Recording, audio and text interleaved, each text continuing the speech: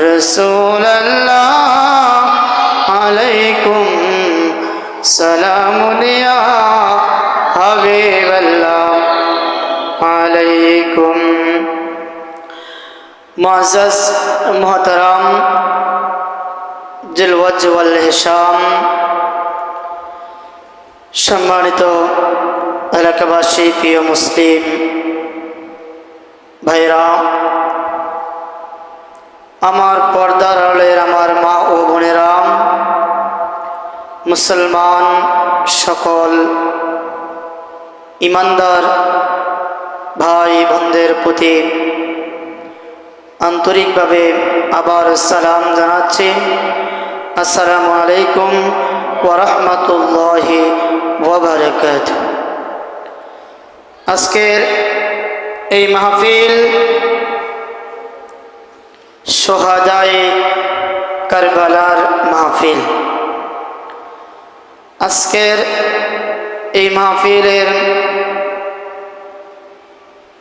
মধ্যবনী সদর জলসা উপস্থিত আলোচনা পেশ করবেন শরীফপুর জামে মসজিদের সম্মানিত খতিব হযরত মাওলানা ওমর ফারুক সাহেব। উক্ত মাহফিলে আরও উপস্থিত থাকবেন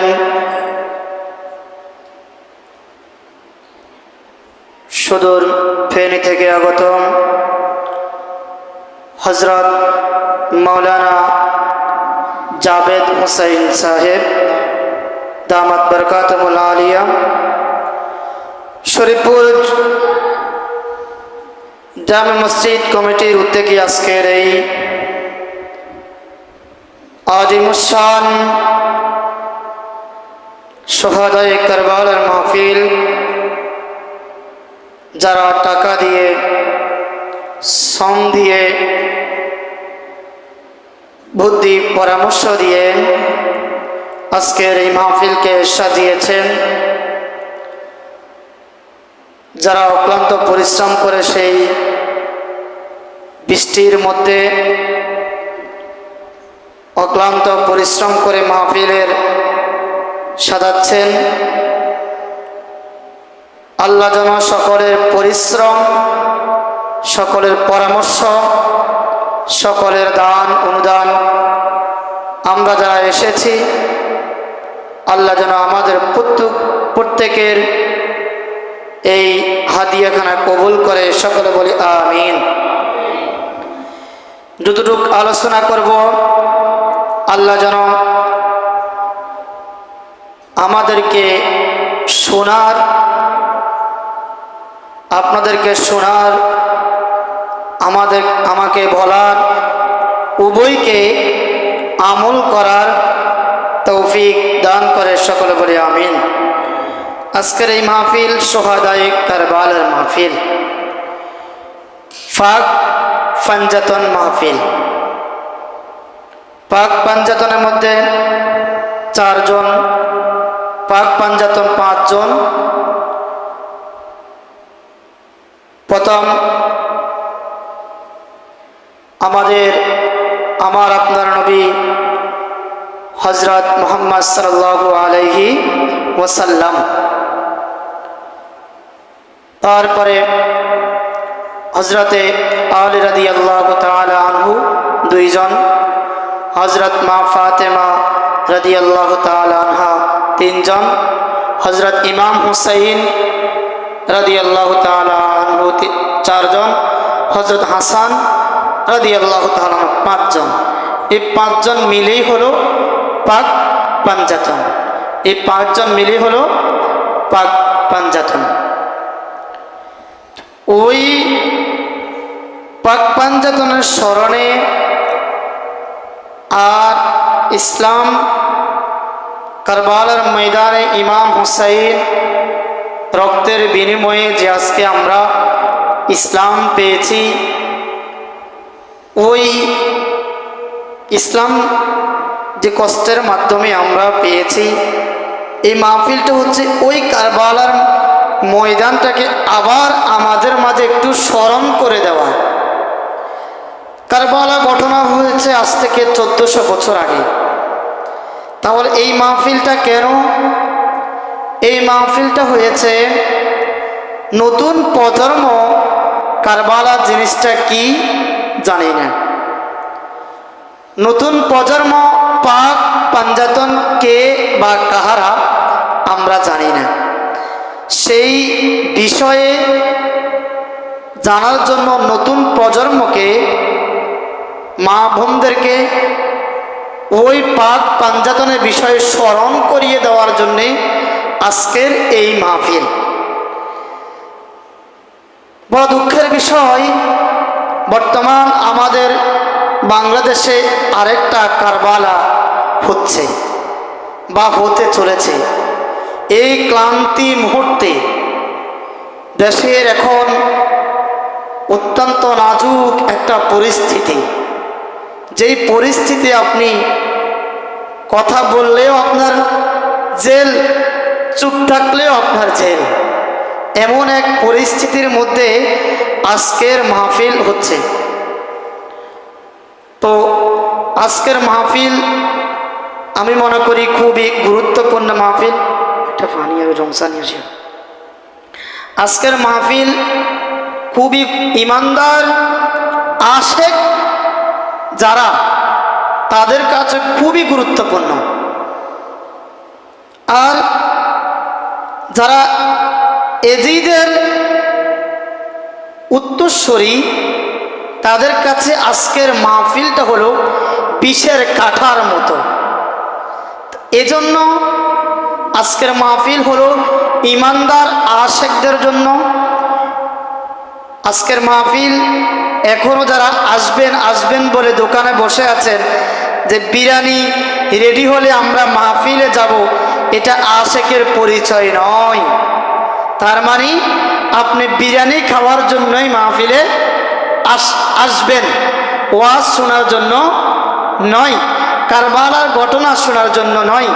যারা এখনও চিন্তা করতেছেন, দোকানে বসে সার এক কাপ মুখে দিয়ে বলতেছেন আচ্ছা বিরিয়ানি হোক বা এশারে আজান দেখ, তারপরে আমরা মাহফিলে যাব, বিরিয়ানির গ্রানটা আমাদের নাকে লাগলে আমরা মাহফিলে যাব, ওটা আশেকের পরিচয় নয়।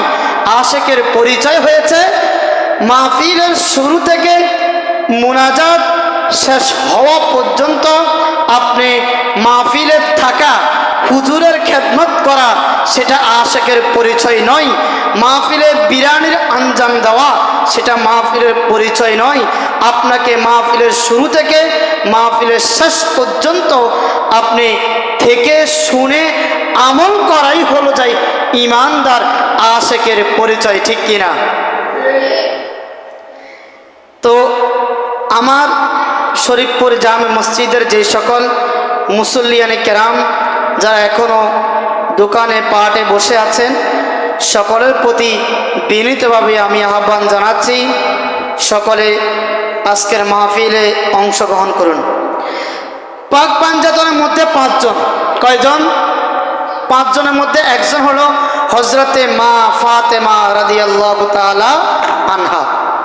আমি আলোচনা করব এই মা ফাতেমার, যেই 30 মিনিট 40 মিনিট যতটুকু সময় পাই, মা ফাতেমার জীবনী ছোট্টভাবে আমি আলোচনা করেই ছেড়ে দিব। এই মা ফাতেমা হলো ইমাম হাসান হুসাইনের আম্মা জান, ইমাম হাসান হুসাইনের আম্মা জান। অপরদিকে মা ফাতেমা হলো আমার আপনার নবী হজরতে মোহাম্মদ নূর নবী নূরে মুজাসসাম রাসূল আকরাম সাল্লাল্লাহু আলাইহি সাল্লামের কন্যা, রাসূল সাল্লামের কন্যা, এবং আলী রাদিয়াল্লাহু তাআলা আনহুর স্ত্রী, আলী রাদিয়াল্লাহু তাআলা আনহুর স্ত্রী। 5 জনের দিক থেকেই হজরতে মা ফাতেমা খুবই গুরুত্বপূর্ণ একজন পার্সন। তো ওনার বিষয়ে আজ আলোচনা করব। এবং এই মা ফাতেমার, আমরা তো মা ফাতেমা উনি নাম জানি, ওনার আরেক নাম হলো ওনার আরেক নাম হলো উম্মে হাবিবা।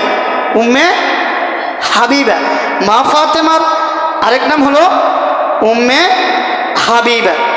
এই মা ফাতেমা ইমানদার প্রত্যেক নারীদের জান্নাতের সরদার, প্রত্যেক নারীদের জান্নাতের সরদার, লিডার ফিমেল জান্নাত। উনি হলেন জান্নাতের সকল নারীদের সরদার। আজকে এমন একজন ব্যক্তিকে নিয়ে কথা বলবো, যেই ব্যক্তি নারীরা যদি ওনার আদর্শ যদি পালন করে, নারীরা যদি ওনার আদর্শ যদি বুকে লালন পালন করে, তাহলে ওনার আদর্শ মতো যদি চলতে পারে, তাহলে জান্নাতে ওনার যেতে পারবে এবং জান্নাতে মা ফাতেমার সাথে থাকতে পারবে। বুখারী ও মুসলিম শরীফের মধ্যে আসছে, ফাতেমাতু সাইয়্যিদাতু নিসাই আহলিল জান্নাহ। হযরত মা ফাতেমা হলেন জান্নাতি সকল নারীদের সরদার। আমার আপনার কথা নয়, বুখারী এবং মুসলিম শরীফের হাদিস শরীফের মধ্যে আছে, মা ফাতেমাতু সাইয়্যিদাতু নিসাই আহলিল জান্নাহ। মা ফাতেমা হলো জান্নাতের সকল নারীদের লিডার, সরদার, সকল নারীদের সরদার। এজন্য আজকের এই মা ফাতেমার আলোচনা, মা ফাতেমার আজকের আলোচনা আমাদেরকে করতেছি। আপনারা যদি মনোযোগ সহকারে শুনেন, ইনশাল্লাহ আমার যতটুকু ছোট্ট জ্ঞানে আমি বলার চেষ্টা করব এবং আপনারা শ্রবণ করে আমল করার মা বোনদের প্রতি আকুল আবেদন থাকবে, আপনারা আমল করবেন। হযরতে মা ফাতেমার বিবাহ হবে। কি হবে? বিবাহ দিবে রাসূল। মা ফাতেমা কি করবে? ওনার কন্যা ফাতেমাকে বিবাহ দিবে। আমার আপনার নবী হযরতে রাসূল আকরাম সাল্লাল্লাহু আলাইহি ওয়াসাল্লাম জুমার দিনে মসজিদে নববীতে ঘোষণা দিয়েছেন, আমি আমার কন্যা ফাতেমাকে বিবাহ দিব। কে আছেন আমার ফাতেমাকে বিবাহ করবেন? সকল সাহাবায়ে কেরাম চুপ হয়ে গেলেন। রাসূল বললেন, আমার ফাতেমাকে বিবাহ করার জন্য কি এমন কোনো পাত্র নাই যে আমার ফাতেমাকে বিবাহ করবে? রাসূল বললেন, এই ফাতেমাকে বিবাহ করার জন্য শহরের নামি দামি রাজা বাদশার ছেলে আসছিল ফাতেমাকে বিবাহ করার জন্য। আমি রাসূল রাজি হই নাই। আমার সাহাবীদের মধ্যে বলো, কে আমার ফাতেমাকে বিবাহ করবে? কেউ রাজি হন না, সবাই নিস্তব্ধ। হযরতে আবু বকর সিদ্দিক উনিও চুপ, ওমর ওসমান সবাই চুপ হয়ে আছেন যে ফাতেমাকে বিবাহ কি করবে। আবু বকর ওমর ওসমান ডাক দিয়ে বললেন, আমাদের মাঝে একজন ব্যক্তি আছেন, তিনি হলেন হযরতে আলী রাদিয়াল্লাহু তাআলা আনহু। আবু বকর ওমর ওসমান সবাই মিলে হযরতে আলী রাদিয়াল্লাহু তাআলা আনহুকে বললেন, ও ভাই আলী, তুমি রাজি হও। তুমি রাজি হলে রাসূল, তুমি প্রস্তাব নিয়ে যাও, রাসূল নিশ্চয় রাসূল রাজি হবে। আমাদের মন বলছে, হযরতে আবু বকর ওমর ওসমান বলতেছে, আমাদের মন বলছে, আমাদের বিশ্বাস, তুমি যদি রাজি হও, প্রস্তাব দাও, তাহলে রাসূল নিশ্চয় রাজি হবে। হযরতে আলী রাদিয়াল্লাহু তাআলা আনহু বললেন, তোমরা কি পাগল হয়েছ? আমি হলাম খাটো, কালো, কুচ্ছিত, আমার কোনো ইনকাম নাই, আমি বেকার, একজন রাসূলের মেয়ে কিভাবে আমার কাছে বিবাহ দেয়? তোমরা কি পাগল হয়েছ? না, আমি এই প্রস্তাব নিয়ে যেতে পারবো না। ওমর ওসমান শক্ত করে ধরলেন, ভাই তুমি যাও, রাসূলের দরবারে গিয়ে তুমি বিবাহের প্রস্তাব দাও। আমাদের মন বলছে প্রস্তাব দাও, রাসূল কখনো তোমার প্রস্তাবে নাকচ করবে না। ঠিক আছে, ওমর ওসমানের প্রস্তাবে হযরতে আলী রাদিয়াল্লাহু তাআলা আনহু মসজিদে নববীতে গেলেন। হযরতে আলী মসজিদে নববীতে গেলেন, রাসূল নামাজ শেষ করে বসলেন। হযরতে আলী বললেন, ইয়া রাসূলুল্লাহ, আমি আপনাকে একটা কথা বলতে চাই। আমার রাসূল বললেন, হ্যাঁ বলো, কি বলবা? রাসূল বললেন, বলো কি বলবা আলী। এ কথা বলে রাসূল মাথাটাকে এদিকে ফিরেছেন। আলী দিছে দৌড়, আলী দিছে, আলী আর মসজিদে নববীতে নাই, দিছে দৌড়। সেই দিন আর আলী মসজিদে রাসূলের কাছে দাঁড়াও আসে নাই। পরের দিন আবার রাসূল আসলেন। আসার পরে আল্লাহ রাসূলকে বলেন, ইয়া রাসূলুল্লাহ, আমি আপনাকে কিছু বলতে চাই। বলে, হ্যাঁ বলো, তুমি তো আমার চাচাতো ভাই, বলো কি বলবা। আলী বলো। এই কথা বলার পরে রাসূল আবার মাথাটা এদিক করছে। আলী আল্লাহ দিলে দিছে দৌড়। মসজিদে নববী থেকে আলী গেছে চলে। মসজিদে নববী থেকে যখন আলী চলে গেলেন, বাহিরে ওমর ওসমানকে বললেন, এই ভাই তোমরা কি আমাকে মার খাওয়াবে? রাসূল তো ভিতরে যদি আমাকে ধরে দিবে পিড়ে, আমি কালো কুৎসিত মানুষ, আমি রাসূলের মেয়ের জন্য বিয়ের প্রস্তাব নিতে চাই, তোমাদের সাথে কি আমার শত্রুতা আছে? ভাই তোমরা কেন আমাকে মার খাওয়াচ্ছ? হযরতে ওমর ওসমান ডাক দিয়ে বলেন, আমাদের বিশ্বাস তুমি যদি বলো আল্লাহ রাসূল পালাতে পারবে না, আল্লাহ রাসূল তোমার প্রস্তাবকে রাজি হয়ে যাবেন, এটা আমাদের মন বলছে। আমাদের পরের দিন আবার হযরতে আলী রাদিয়াল্লাহু তাআলা আনহু মসজিদে নববীতে নামাজ শেষ করে বসলেন। আমাদের রাসূল সাল্লাল্লাহু আলাইহি সাল্লাম বসলেন। বসার পরে হযরতে আলী রাদিয়াল্লাহু তাআলা বললেন, ইয়া রাসূলুল্লাহ, আমি আপনাকে কিছু বলতে চাই আর বলতে পারে নাই।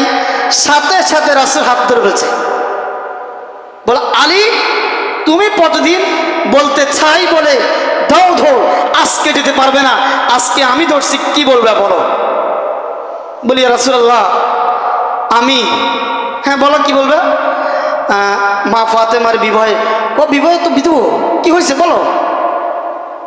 ইয়া রাসূলুল্লাহ, আমি বিবাহ, কি হয়েছে বলো। বলতে চাই না, অনুনয় বিনয় করতেছে। আমার রাসূল বললেন, আলী তুমি আমার চাচাতো ভাই, কি বলবা মন খুলে বলো। আলী বলেন, ইয়া রাসূলুল্লাহ, আমি আপনার মেয়েকে বিবাহ করতে চাই। সুবহানাল্লাহ। আমার রাসূল কি বলে শুনেন। আমার রাসূল বলেন, আমার ফাতেমাকে বিবাহ করার জন্য মদিনার রাজা বাদশাহ এসেছেন, আমি রাসূল রাজি হই নাই, আমি রাসূল রাজি হই নাই। আমি যখন ফাতেমাকে বিবাহ দিব, এটা আমার মনে মনে ভাবছি, আল্লাহ আমাকে বলেছেন যদি ফাতেমাকে বিবাহ দিতে হয় তাহলে আলীর কাছে দিতে হবে। এজন্য আমি চুপ ছিলাম। আমি চাই তোমার ভিতর থেকে কখনো প্রস্তাব আসে কিনা, এজন্য আমি আজ তোমার কাছ থেকে প্রস্তাব আসছে। আল্লাহ রাসূল খুশি হলেন। আল্লাহ রাসূল বললেন, বিবাহ করবা? আলী বললেন, হ্যাঁ আমি বিবাহ করব। তো আলী রাদিয়াল্লাহু তাআলা বলেন, হুজুর তাহলে বিবাহ দিব। রাসূল সাল্লাল্লাহু আলাইহি ওয়াসাল্লাম বলেন, বিবাহ দিব, ঠিক আছে। আলী বলেন, ঠিক আছে হুজুর, আজকে বিবাহ পড়া দেন। বলো কি, আমার মেয়ের অনুমতি লাগবে না? বলে, হ্যাঁ লাগবে তো। ঠিক আছে, রাসূল ভিতরে গেলেন। ভিতরে গিয়ে মা ফাতেমাকে জিজ্ঞেস করলেন, ফাতেমা, তোমার বিবাহের জন্য হযরতে আলী প্রস্তাব দিয়েছে, তুমি কি বলো? ফাতেমা কিছু বলে না, চুপ হয়ে আছেন। রাসূল সাল্লাল্লাহু আলাইহি ওয়াসাল্লাম বুঝে নিলেন মত আছে এই কথা। রাসূল চলে আসলেন ভিতর থেকে, আলীকে বসলেন, আলী তুমি বিবাহ করবা? বলে, হ্যাঁ রাসূল আমি বিবাহ করব। মোহর আছে? বল না, আমার কাছে কোনো মোহর কি? হযরতে আলী রাদিয়াল্লাহু তাআলা, মোহর কি? আমি রাত্রে আপনার কাছে খাই, আপনার ঘরে ঘুমাই, আপনি আমাকে 2-4 টাকা দিলে আমি চলি। মোহর কি? মোহর আমি চিনি না। বলে বিবাহ করার জন্য মোহর লাগবে। মোহর আছে কিনা? বিবাহতে মোহর আছে না? বলে বিবাহ করার জন্য মোহর লাগে, তোমার মোহর আসেনি? বলে ইয়া রাসূলুল্লাহ আমার মোহর নাই। তো এখন বিবাহ করার জন্য তো মোহর লাগবে, তোমার মোহর নাই, কি করবে তুমি? এবার ইয়া রাসূলুল্লাহ আমার কিছুই নাই, আমি তো আপনার ঘরে থাকি, আপনি দিলে আমি খাই, না দিলে আমি উপায়ে থাকি। ইয়া রাসূলুল্লাহ কালকেও আপনার কাছে আমি পকেট খরচের জন্য 2-4 টাকা চেয়েছি, আপনি দেন নাই, আমি আবার মোহর কোথায় পাই? আল্লাহ রাসূল বললেন তোমার ঘরে তোমার কি আছে? ইয়া রাসূলুল্লাহ ঘরটা তো আপনি দিচ্ছেন আমাকে। আলী বলে ঘরটা তো আপনিই দিচ্ছেন, এখানে আমার কিছু নেই। বলে আমার জিনিস বা তোমার কি আছে? ইয়া রাসূলুল্লাহ আমি রাত্রে কম্বল যেটা গায়ে দিয়ে শুই এটাও আপনার। সুবহানাল্লাহ, আমি রাত্রে যে কম্বলটা গায়ে দিয়ে শুই সেটাও আপনার, আমার কিছু নেই। বলে আমার জিনিস বা তোমার কি আছে? ইয়া রাসূলুল্লাহ আমার 2টো জিনিস আছে। কয়টা? 2টো জিনিস। একটা হলো তরবারি, যেটা আমার বাবা আমাকে দিয়েছেন, আরেকটা হলো ঢাল, যুদ্ধ করার ঢাল। আল্লাহ রাসূল বললেন হে আমার আলী যাও ওই 2টা বাজারে বিক্রি করে আসো, ওই 2টা বাজারে বিক্রি করে আসো। বলে ঠিক আছে, আমি ওই 2টা বাজারে বিক্রি করি আনি, যা কয় টাকা পাই ওগুলো দিয়ে মোহর দিয়ে বিবাহ কাজ চালা দেব। এই কথা বলার পরে আলী চলে গেলেন বাজারে। বাজারে গিয়ে প্রতিমধ্যে উমর, প্রতিমধ্যে ওসমান রাদিয়াল্লাহু তাআলা আনহু হাঁটাহাঁটি করতেছে। ওসমান আলী রাদিয়াল্লাহু তাআলা রাস্তার পাশ কাটি চলে যাচ্ছেন। আলীকে জিজ্ঞেস করেন হে আলী তুমি কোথায় যাচ্ছ? হযরতে আলী রাদিয়াল্লাহু তাআলা আনহু বলে আমি বাজারে যাচ্ছি, আমাকে ডিস্টার্ব করিও না। আমি বাজারে যাচ্ছি, আমাকে ডিস্টার্ব করিও না। বলে কেন? আমি যুদ্ধের তরবারি ঢাল বিক্রি করব বিবাহ করার জন্য। কিসের জন্য? বলে বিবাহের পরামর্শ দিলাম আমরা, তোমাকে রাসূলের কাছে পাঠাইলাম আমরা, তুমি এখন আমাদেরকে বাধে বিয়ে করে ফেলাও। হ্যাঁ, বলে তুমি বাজারে কেন যাচ্ছ? বলে আমি আমার কাছে কোনো মোহর নাই, আমি ঢাল আর তরবারি বেচে যা কয় টাকা পাই এগুলো দিয়ে আমি বিবাহের মোহর রাসূলকে দিবি, আমাকে বিয়ে দিবে, আমার তারা আছে, তুমি আমাকে ছেড়ে দাও, তুমি আমাকে ছেড়ে দাও। এই কথা বলে শুনো তোমার এগুলো, হযরত ওসমান রাদিয়াল্লাহু তাআলা বলেন তোমার এগুলো কয় টাকা বলো, তোমার এগুলো কয় টাকা বলো? বলে আমার এগুলো এত টাকা, ধরো আমি দিয়ে দিচ্ছি, নাও। সুবহানাল্লাহ। ওসমান রাদিয়াল্লাহু তাআলা এই তরবারি এবং যুদ্ধের ঢাল কিনে নিয়েছেন 9 দিরহাম। বিভিন্ন রেওয়ায়েতে অনেক দিরহামগুলো আছে, কেউ বলেছে 9 দিরহাম, কেউ বলেছে 10 দিরহাম, কেউ বলেছে 480 দিরহাম, এইভাবে বর্ণনা আছে। এই দিরহামগুলো নিয়ে রাসূলের দরবারে চলে গেলেন। রাসূলের দরবারে যাওয়ার পরে রাসূলকে বলেন ইয়া রাসূলুল্লাহ ধরেন মোহর। কি মোহর পাইছে না? ওই যে তরবারি আর ডাল বেশি মোহর পাইছে না, এখানে রাসূলকে দিলেন। ইয়া রাসূলুল্লাহ ধরেন আমার বিবাহে মোহর, বিবাহ দিয়ে দেন। আল্লাহ রাসূল ফাতেমা এবং আলীর বিবাহ দিলেন। বিবাহ সম্পূর্ণ করার পরে রাসূল ওযু করলেন। ওযু করার পরে রাসূলের ওযুর পানি আলীর মাথার উপর ছিটিয়ে দিলেন। সুবহানাল্লাহ। আলীর মাথার উপর ছিটিয়ে দিলেন। আল্লাহ রাসূল দোয়া করলেন বারাকাল্লাহু লানা ওয়া লাকুম ওয়া লানা আলাইহিকুমা ওয়া জামাআ বাইনাকুমা ফি খায়র। আল্লাহ বললেন আল্লাহ তোমাদের দুজনের বিবাহকে, বন্ধনকে বরকত দিক। সুবহানাল্লাহ। এবং তোমাদের দাম্পত্য জীবনকে সুখীময় করুক। সুবহানাল্লাহ। আল্লাহ রাসূল আবার বললেন আল্লাহুম্মা বারিক লাহুমা ফি বানাই, তোমাদের সম্পর্কে আল্লাহ বরকত দিক, তোমাদের সম্পর্কে আল্লাহ বরকত দিক। আল্লাহ রাসূল আবার বললেন ওয়া সুকুলাহুমা ওয়া শুমলাহুমা, আল্লাহ তোমাদের গর্ভের মধ্যে যে সন্তানগুলো আসবে আল্লাহ ওই সন্তানগুলোকে শ্রেষ্ঠ সন্তান দান করুক। সুবহানাল্লাহ। আল্লাহ তাদের সন্তান, গর্ভের সন্তান দিয়েছে না, ইমাম হাসান, ইমাম হুসাইন, যুগ শ্রেষ্ঠ সন্তান, যারা ইসলামের জন্য জীবন দিয়ে দিয়েছেন। সুবহানাল্লাহ। এবার মা ফাতেমা এবং আলী রাদিয়াল্লাহু তাআলা আনহুম সংসার শুরু করলেন। কি শুরু করলেন? সংসার শুরু করলেন।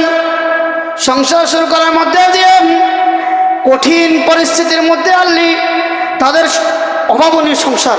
তখনকার জমানা তো প্রচুর অভাব ছিল, প্রচুর অভাব ছিল। একবেলা খেতে পারলো, অন্য বেলা পায় না মানুষ। অভাবের সংসার, মানুষের এই দিন কাটত। মা ফাতেমা এবং হযরত আলী রাদিয়াল্লাহু তাআলা আনহু সংসার শুরু করলেন। সুবহানাল্লাহ। এবং এই কঠিন সংসারের মধ্যে একদিন মা ফাতেমার সংসারে কোনো খাবার নাই, 2 দিন পর্যন্ত কোনো রান্না নাই, 2 দিন পর্যন্ত রান্না নাই, চুলার মধ্যে আগুন নাই। হযরত আলী রাদিয়াল্লাহু তাআলা আনহু বলেন, ফাতেমা শোনো, তুমি তো জানো আমি গরিব মানুষ, আমার কাছে টাকা পয়সা নাই। আমি শুনেছি রাসূলের দরবারে গনিমতের মাল এসেছে, বাইতুল মাল থেকে মাল এসেছে। তুমি রাসূলকে গিয়ে বলো আমাদেরকে কিছু হাদিয়া দেওয়ার জন্য, তাহলে আমাদের সংসারটা একটু চলবে। আজকে 2 দিন যাবৎ কিছু খেতে পারি নাই, আজকে 2 দিন যাবৎ কিছু খেতে পারি নাই। এই কথা শুনেন হযরত মা ফাতেমা রাদিয়াল্লাহু তাআলা আনহা এশারের নামাজ আদায় করে গভীর রাত্রে রাসূলের দরবারে চলে গেলেন। রাসূলের দরবারে গিয়ে দরজা নাড়া দিচ্ছেন, দরজা নাড়া দিচ্ছেন। 1 বার 2 বার দরজা নাড়া দেওয়ার পর রাসূলের স্ত্রী ডাক দিয়ে বললে, আল্লাহ রাসূল বলেছেন কে দরজার মধ্যে আসছে, তুমি একটু দেখো। হঠাৎ আল্লাহ রাসূলের মাথার মধ্যে আসলো, এই দরজার টোক তো আমার ফাতেমা ছাড়া আর কেউ দিতে পারে? এই গভীর রাত্রে তো আমার ফাতেমা ছাড়া আর কেউ আসবে? আল্লাহ রাসূল বলেন, ফাতেমা কেন আসছো বলো। হযরত মা ফাতেমা বললেন, ইয়া রাসূলুল্লাহ, আপনি আমাকে গরিব মানুষের কাছে বিবাহ দিয়েছেন, আলী কাম করতে পারে না, কিছু খেতে পারে না। আজ 2 দিন যাবত আমার সংসার রান্না হচ্ছে না, আজ 2 দিন যাবত আমি কিছুই খেতে পারি না। ইয়া রাসূলুল্লাহ, আমি শুনেছি আপনার দরবারে কিছু গনিমতের মাল এসেছে। কি আসছে? গনিমতের মাল আসছে। আপনি ওই গনিমতের মাল থেকে আমাদেরকে কিছু হাদিয়া দেন। আল্লাহ রাসূল বলেছেন, না না, ওই গনিমতের মাল থেকে তোমাকে কিছু হাদিয়া দেওয়া যাবে না। এই গনিমতের মাল হলো আমার গরিব উম্মতের জন্য। সুবহানাল্লাহ। একটু চিন্তা করেন, রাসূল উম্মতের জন্য নিজের আপন মেয়েকে পর্যন্ত কিছুই দেয়নি, ওই নবীকে আমরা কি দিতে পারলাম? হযরত মা ফাতেমা আলহামদুলিল্লাহ বলে চলে গেলেন। কি বলে চলে গেছেন? আলহামদুলিল্লাহ বলে শুকরিয়া আদায় করে রাসূলের দরবার থেকে চলে গেলেন। বাড়িতে গিয়ে বাড়িতে যাওয়ার পরে আলী রাদিয়াল্লাহু তাআলা জিজ্ঞেস করেন, ফাতেমা, রাসূল কি বলেছেন? ফাতেমা বলেন, আল্লাহ রাসূল বলেছেন এই গনিমতের মাল আমাকে দেওয়া যাবে না, এটা গরিব উম্মতের জন্য, এটা গরিব উম্মতের জন্য। আলী রাদিয়াল্লাহু তাআলা বলেন, আলহামদুলিল্লাহ। কি বলছেন? আলহামদুলিল্লাহ। আলহামদুলিল্লাহ বলে ওনারা শুকরিয়া আদায় করলেন। এদিকে রাসূল সারা রাত্র ঘুমাতে পারে নাই। আমার ফাতেমাকে গরিবের, আলী রাদিয়াল্লাহু তাআলা গরিব, তার কাছে বিবাহ দিয়েছি, আজ 2 দিন যাবৎ আমার ফাতেমা কিছু খেতে পারে নাই। বলেন তো, সন্তান যদি উপায়ে থাকে বাবা কি শান্তি পায়? মেয়ে যদি একদিন না খেয়ে থাকে বাবার মনে কি মানে? এই কথা শোনার পরে আল্লাহ রাসূল মনটা গভীর রাত্রে আল্লাহ রাসূল কান্না করতেছেন। আল্লাহ জিবরাইলের মাধ্যমে ওই পাঠালেন, আল্লাহ রাসূলের কাছে গিয়ে বলে, জিবরিল আসি বললেন, ইয়া রাসূলুল্লাহ, আপনার ফাতেমার জন্য দুইটা অপশন। কয়টা? দুইটা। একটা অপশন হলো গনিমতের মাল। আপনার ফাতেমা যদি গনিমতের মাল চায় তাহলে দিয়েন। আরেকটা অপশন হলো আপনার ফাতেমার জন্য একটি আমল, একটি আমল। পরের দিন সকালবেলা আল্লাহ রাসূল ফাতেমার ঘরে আসলেন। আসার পরে ফাতেমা বলেন, ইয়া রাসূলুল্লাহ, আপনি কেন? আপনি? আল্লাহ রাসূল বললেন, ফাতেমা শোনো, আল্লাহর পক্ষ থেকে তোমার জন্য দুইটা জিনিস এসেছেন। কয়টা জিনিস? দুইটা জিনিস। একটা জিনিস হলো গনিমতের মাল, আরেকটা জিনিস হলো তাসবিহ। প্রতিদিন এশারের নামাজের পরে তুমি যদি 33 বার সুবহানাল্লাহ, 33 বার আলহামদুলিল্লাহ, 34 বার আল্লাহু আকবার বলো, তাহলে তুমি আর আলী যদি এই আমলটা পালন করো, জীবনে কোনোদিন তোমার সংসারে কোনোদিন অভাব থাকবে না। কয়টা অপশন? দুইটা। হযরতে ফাতেমা রাদিয়াল্লাহু তাআলা বললেন, ইয়া রাসূলুল্লাহ, আমার গনিমতের মাল দরকার নাই, সংসারে কিন্তু প্রচুর অভাব, খেতেই পারে নাই। তারপরে ফাতেমা বললেন, ইয়া রাসূলুল্লাহ, আমার কোনো গনিমতের মাল প্রয়োজন নাই। ইয়া রাসূলুল্লাহ, আমাকে আল্লাহ যে আমলটা দিয়েছেন ওই আমলটাই আমাকে দেন, আর গনিমতের মাল আপনি আপনার উম্মতদেরকে উম্মতের মাঝে বিলিয়ে দেন।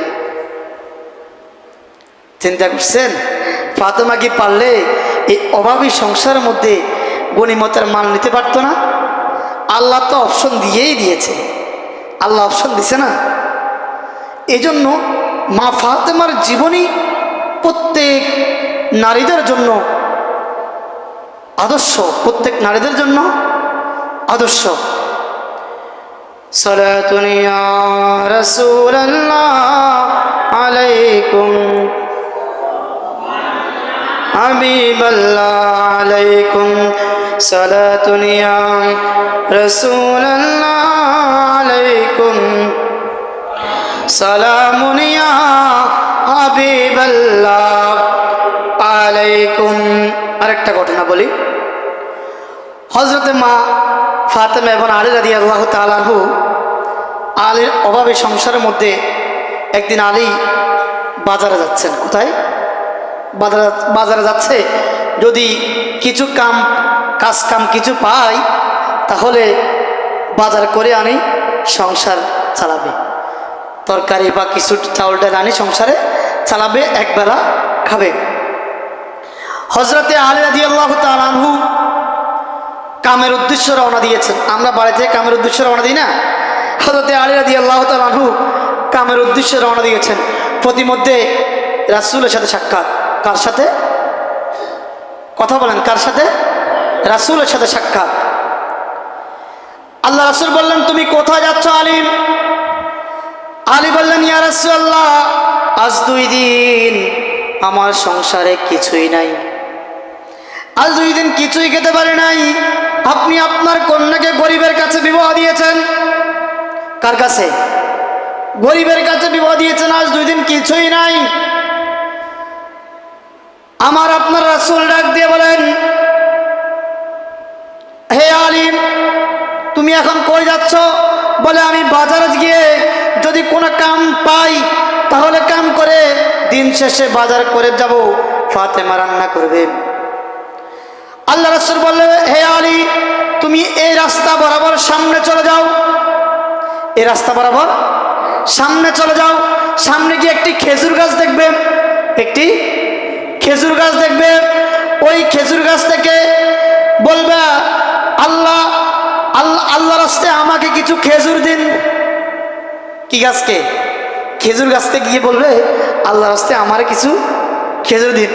হযরতে আলী রাদিয়াল্লাহু তাআলা আনহু খেজুর গাছের নিচে যায়, দেখে খেজুর গাছের কোনো ডালও নাই, খেজুর গাছও নাই, কিচ্ছু নাই, কিচ্ছু, শুধু খেজুর গাছ একটা দাঁড়িয়ে আছে। আমাদের দেশে ওই যে ঠাড়া পড়লে যেরকম সব কিছু ছাই হয়ে যায় না, এরকম কিছুই নাই। এরকম। কিন্তু আলী রাদিয়াল্লাহু তাআলা আনহু অন্তরে বিশ্বাস ছিল যে আমার রাসূল বলেছেন এটার কোনো হিকমত আছে। আলী রাদিয়াল্লাহু আনহু খাজুরকে কি বললেন, হে খাজুর গাছ শোনো, আমি আসি নাই, আমাকে রাসূল পাঠিয়েছেন, আল্লাহর রাস্তায় আমাকে কিছু খেজুর দাও। এই কথা বলতে দেরি খাজুর গাছ থেকে অজস্র খেজুর পড়া শুরু করেছে। অজস্র খেজুর পড়া।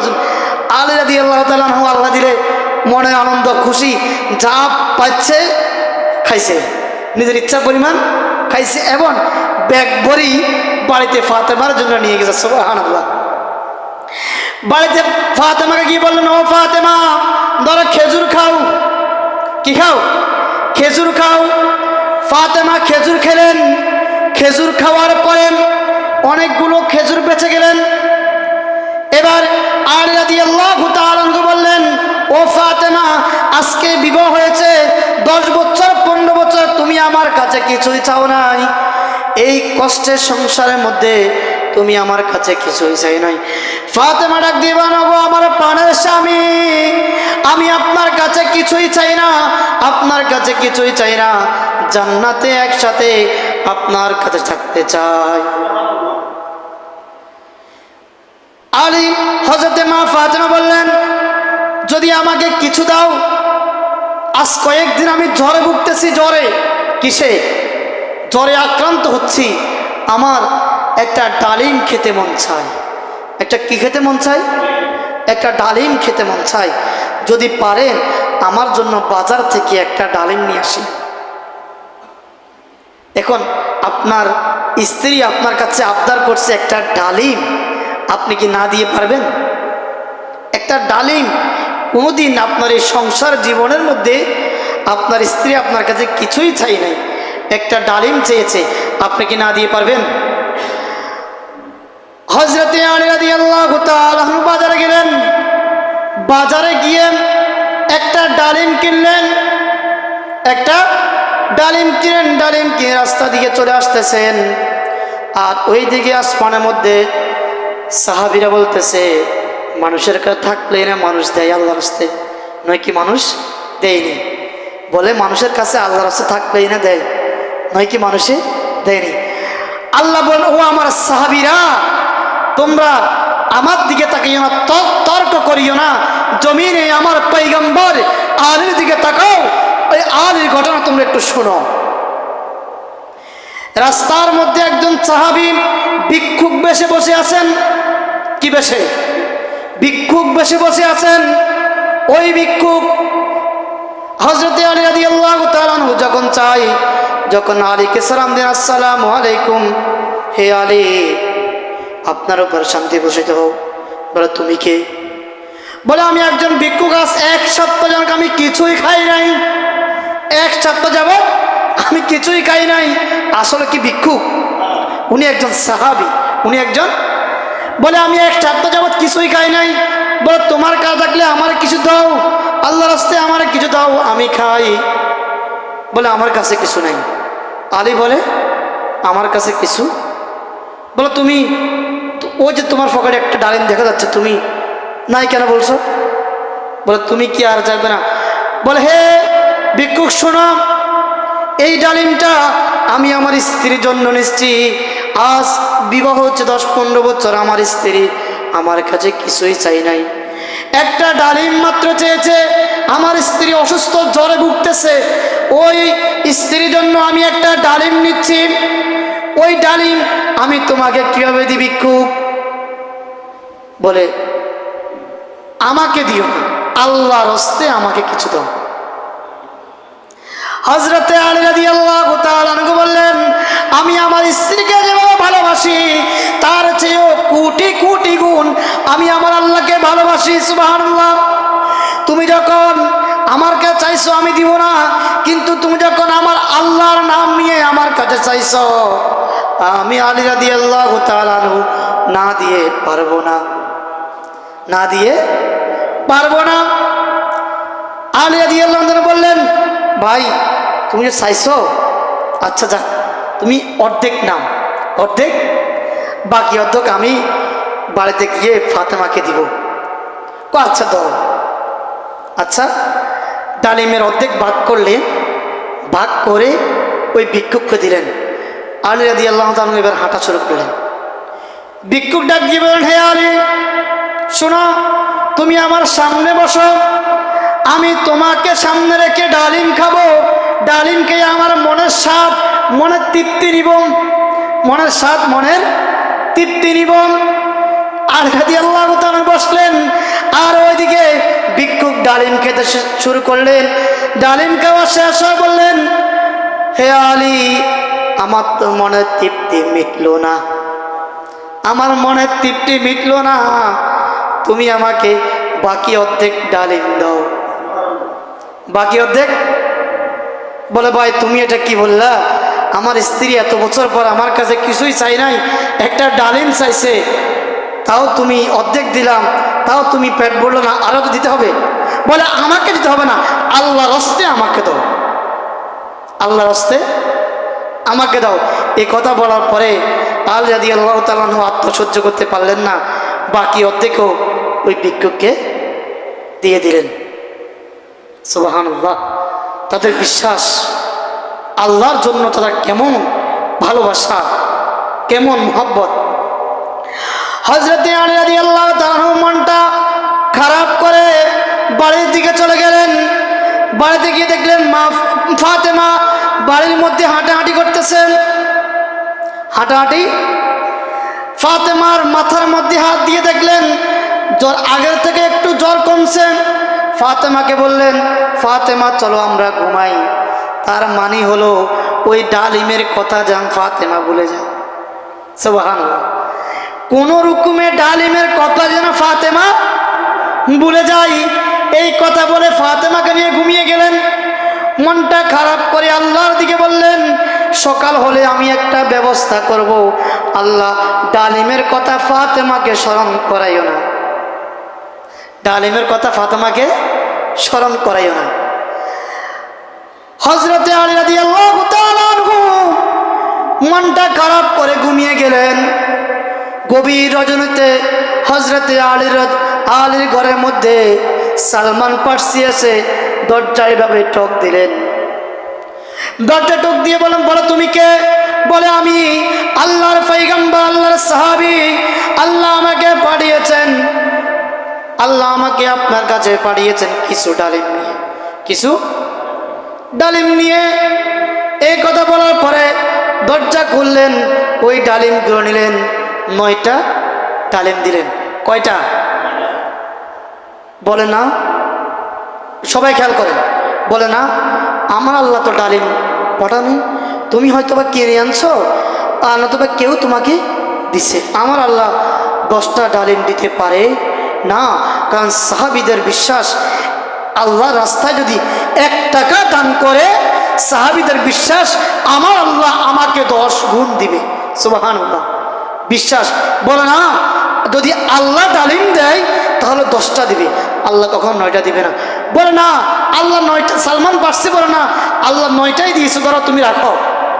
বলে, হে সালমান পারসি শুনুন, আমার আল্লাহ যদি আমাকে দেয়, আল্লাহ যদি কৃপণ তাহলে আমি বিশ্বাস করতাম, আমার আল্লাহ যদি গরিব তাহলে আমি বিশ্বাস করতাম, আমার আল্লাহর দয়ার ভান্ডার মধ্যে কম থাকতো তাহলে আমি বিশ্বাস করতাম, কারণ আমার আল্লাহ হলো মহান, আল্লাহর দরবারে কোনো কিছুর অভাব নাই। আল্লাহ নিজে বলেছেন, আল্লাহর দরবারে যদি কেউ 1 টাকা দেয়, ওই আল্লাহ তার জন্য তার 1 টাকার বিনিময়ে 10 গুণ দিবে। কয় গুণ? তাহলে আমি গতকালকে আল্লাহর রাস্তার মধ্যে একটা ডালিম দিয়েছি, আল্লাহ যদি আমাকে দেয় 10টা ডালিম দিবে, 9টা ডালিম কখনো দিবে না, কখনো। কিছুক্ষণ পরে সালমান পারসি নিজের পকেট থেকে একটা ডালিম বাড়ি করে দিলে, বলেন, হে আলী, আল্লাহ 10টা ডালিমে দিয়েছেন, আমি তোমার ঈমান কেমন পরীক্ষা, তোমার ঈমানটা কেমন, আমি সালমান পারসি এটা পরীক্ষা করার জন্য একটা ডালিমকে লুকিয়ে রেখেছি। সুবহানাল্লাহ। দেখেন সাহাবীদের বিশ্বাস কেমন। যে আল্লাহ রাস্তা যদি আমি এক দিই আমাকে কত দিবে? 10 দিবে, আমাকে 10 দিবে, কোনোভাবেই আমাকে কম দিবে না।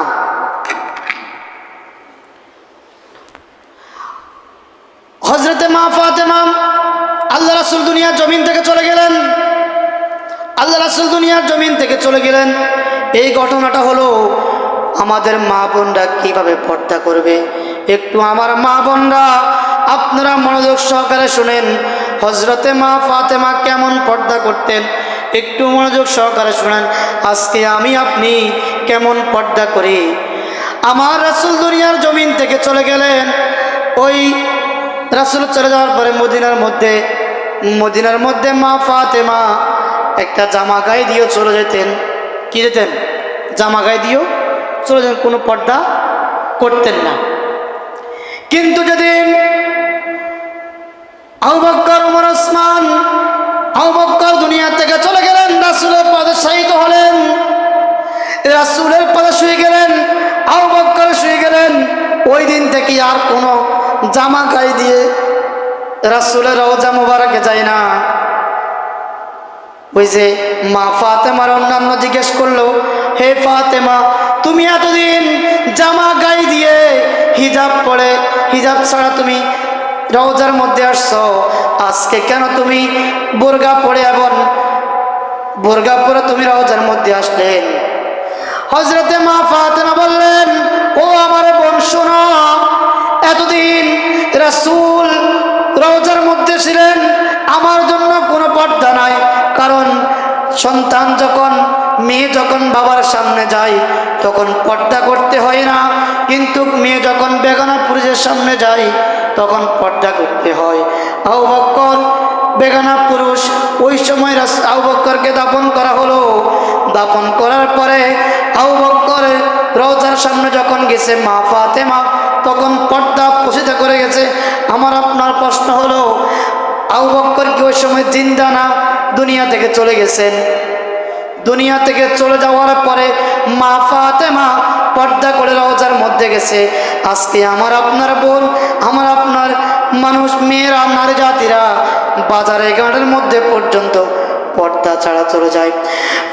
মা ফাতেমার বিশ্বাস ছিল, আমার রাসূল দুনিয়ার জমিন থেকে দেখতে পাই, ওমর, ওসমান দুনিয়ার জমিনে যেভাবে দেখতে পাই, কবরের জগৎ থেকে সেভাবে দেখতে পাই। এতদিন পর্যন্ত পর্দা করে যায় নাই। আজকে যখন আবু বকর রাসূলের পাশে শুইলেন তখনই পর্দা করে গেলেন। কারণ আবু বকর যদি আমাকে দেখে ফেলায়, আমি আল্লাহর দরবারে কি জবাব দিব?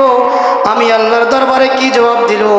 এই কারণে রওজা পাকের রাসূল চলে যাওয়ার পরে, উমর ফারুক চলে যাওয়ার পরে, আবু বকর চলে যাওয়ার পরে ওই রওজার সামনে, রওজার মধ্যে পর্দা করে গিয়েছেন। কারণ আল্লাহ পর্দা ফরজ করে দিয়েছেন। চিন্তা করেন, আজকাল মেয়েরা কবরস্থানে যে পাশা দিয়ে গেলে কি পর্দা করে যায়?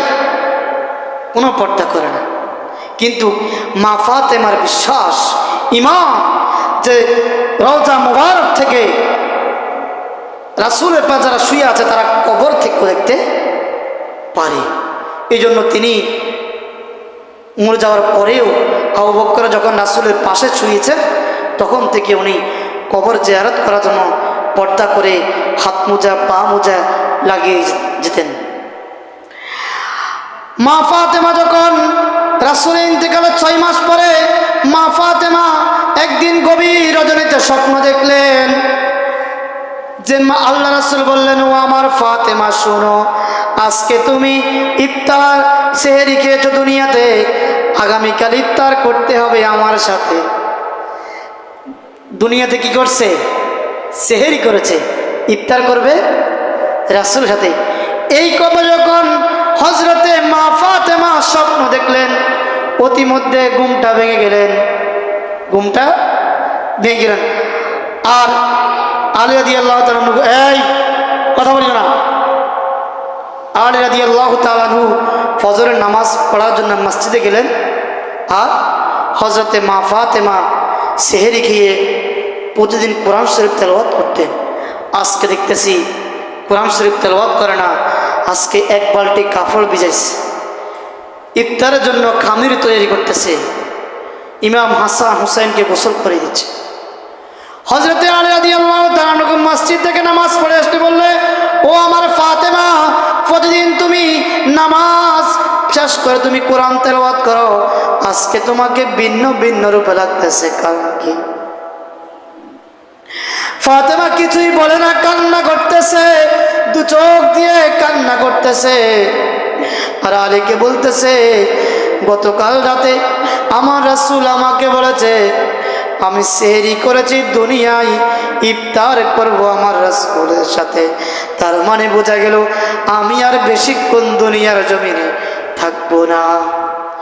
আলী রাদিয়াল্লাহু তাআলা সকল যত জামা কাপড় ছিলেন সকলগুলো ভিজাইছেন, হাসান হুসাইনের যত কাপড় ছিলেন সবগুলো ভিজাইছেন। ভিজাই এবার সবগুলোকে ডুবে সবগুলোকে সব কিছু করবে। হাসান হুসাইন ডাক দিয়ে বললেন, ও মা, তুমি কেন কান্না করতেছো? বাবাকে বললেন, বাবা তুমি কেন কান্না করতেছো, আমাকে বলো। মা ফাতেমা বললেন, আমি কিছুই বলতে পারবো না, তুমি রাসূলের দরবারে চলে যাও। রাসূলের দরবারে গিয়ে বললেন, আসসালাতু ওয়াসসালামু আলাইকা ইয়া রাসূলুল্লাহ, আসসালাতু ওয়াসসালামু আলাইকা ইয়া হাবিবাল্লাহ। হে রাসূল, নানা যান, আমার মাও কান্না করতেছে, আমার বাবাও কান্না করতেছে, আমাদেরকে কিছুই বলে না, তার কারণ কি? ওইদিকে মা ফাতেমা সকল কিছু করে রান্না বান্না শেষ করে দুনিয়ার জমিন থেকে চলে যাবে। ওই সময় আলী রাদিয়াল্লাহু তাআলা আনহু বললেন, হে আমার স্বামী শোনো, আমি কিছুক্ষণের মধ্যে দুনিয়ার জমিন থেকে চলে যাব, যাওয়ার আগে তোমাকে আমি 3টা ওসিয়ত করে যাই। কয়টা ওসিয়ত? হে আমার প্রাণের স্বামী, দুনিয়ার জমিনে আমি আপনার কাছে কিছুই চাই নাই, মাত্র 3টা জিনিস, 3টা ওসিয়ত আমি আপনাকে করি, আপনি আমার ওসিয়তটা রাখবেন না। বলে, ও আমার প্রাণের স্ত্রী, বলো আমি তোমার কি ওসিয়ত রাখবো? মা ফাতেমা বললেন, ও আমার প্রাণের স্বামী, আমি যখন দুনিয়ার জমিন থেকে চলে যাব, আপনি আরেকটা বিবাহ করবেন, আরেকটা বিবাহ করবেন, বিবাহ করে সপ্তাহে একদিন আমার ছেলে হাসান হুসাইনের সাথে ঘুমাবেন, সপ্তাহে একদিন অন্তত আমার ছেলেদেরকে গোসল করাইবেন। ওগো আমার প্রাণের স্বামী শোনো, 2 নাম্বার ওসিয়ত, আমি যখন দুনিয়ার জমিন থেকে চলে যাব, আপনি আমাকে গোসল দিবেন। ওগো আমার প্রাণের স্বামী, 3 নাম্বার ওসিয়ত, আমি যখন দুনিয়ার জমিন থেকে চলে যাব, আমাকে কিছু সংখ্যক মানুষ দিয়ে আপনি আমার জানাজা দিবেন, বেশি মানুষ দিবে না। আলী রাদিয়াল্লাহু তাআলা বলেন, বেশি মানুষ দিলে তো সওয়াব হবে। বলে না, আপনি যদি বেশি মানুষ দেন, দুনিয়ার জমিনে আমি এমন পর্দা করে চলেছি, আমাকে কেউ দেখে নাই, আমি সারাদিনে একবার টয়লেট করেছি, যেন রাতে টয়লেট করেছি, সারাদিনে টয়লেট করে নাই, আমাকে কেউ না দেখে। আজকে দুনিয়ার জমিনের মধ্যে যদি আমি আমার জানাজা যদি অসংখ্য মানুষ হয়, তাহলে আমাকে বলবে আমি অনেক মোটা ছিলাম, অনেক লম্বা ছিলাম, অনেক খাটো ছিলাম, মানুষ ধারণা করবে।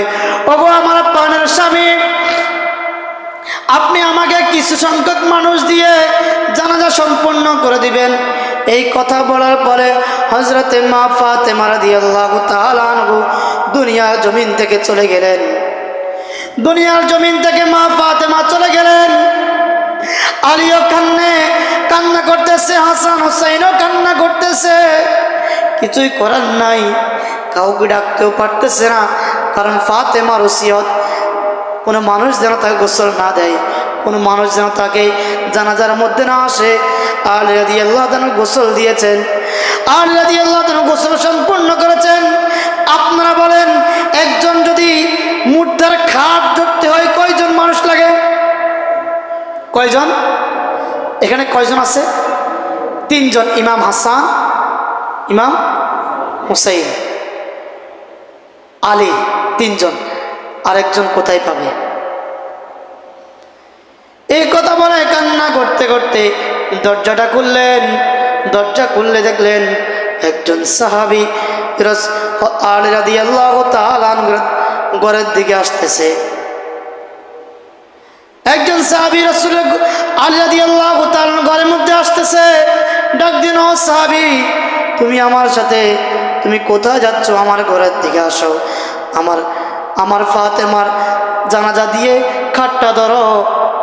ফাতেমা ওই সাহাবী বললেন, আমি গতকাল রাতে স্বপ্ন দেখেছি, আমার আল্লাহ আমাকে বললেন ফাতেমা দুনিয়ার জমিন থেকে চলে যাবে, ফাতেমার খাট দেওয়ার জন্য একজন মানুষ নাই। ও সাহাবী, তুমি যাও, ওই আমার ফাতেমাকে নিয়ে তুমি কবর দিয়ে আসো, জানাজা দিয়ে আসো। বললেন, চলো ভাই, তোমাকে নিয়ে আমি যাই। ওই সাহাবীকে নিয়ে আলী রাদিয়াল্লাহু তাআলা 4 জন মিলে হযরতে মা ফাতেমার জানাজা দিলেন।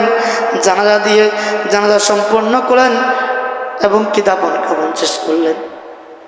আমি আপনাকে প্রশ্ন করতে চাই, মা ফাতেমার এমন আদর্শের জীবন, এমন কষ্টের জীবন, প্রত্যেকটা নারী যদি নিজের মধ্যে আদর্শ পালন করতে পারে, প্রত্যেকটা নারী যদি এই মা ফাতেমার আদর্শ লালন পালন করতে পারে, সে কখনো জাহান্নামে যাবে না। মা ফাতেমার আদর্শ যদি প্রতিটা নারী যদি নিজের জীবনের মধ্যে লালন পালন করতে পারে, সে জান্নাতে চলে যাবে। কারণ আল্লাহ রাসূল বলেছেন, এই ফাতেমা হলো জান্নাতের সরদার। তোমরা যদি মা ফাতেমার আদর্শকে বুকে ধারণ করতে পারো, তোমরা যদি মা ফাতেমার আদর্শকে বুকে ধারণ করে নিয়ে এবং এই মা ফাতেমার পর্দা পশিদে আমল আখলাক নিয়ে যদি তোমরা দুনিয়ার জমিন থেকে চলে যেতে পারো, তোমরা কিয়ামতের দিন ওই মা ফাতেমার সাথে তোমার কিয়ামতের দিন হাসর হবে। আল্লাহই তো বলেছেন, যার সাথে যার বন্ধুত্ব তার সাথে তার কি হাসর নাসর। আপনার বন্ধুত্ব যদি সাহাবী কেরামের সাথে হয়, আপনার বন্ধুত্ব যদি আলেম ওলামার সাথে হয়, তাহলে আপনার হাসর হবে আলেম ওলামার সাথে। আপনার বন্ধুত্ব যদি কাফেরের সাথে হয়,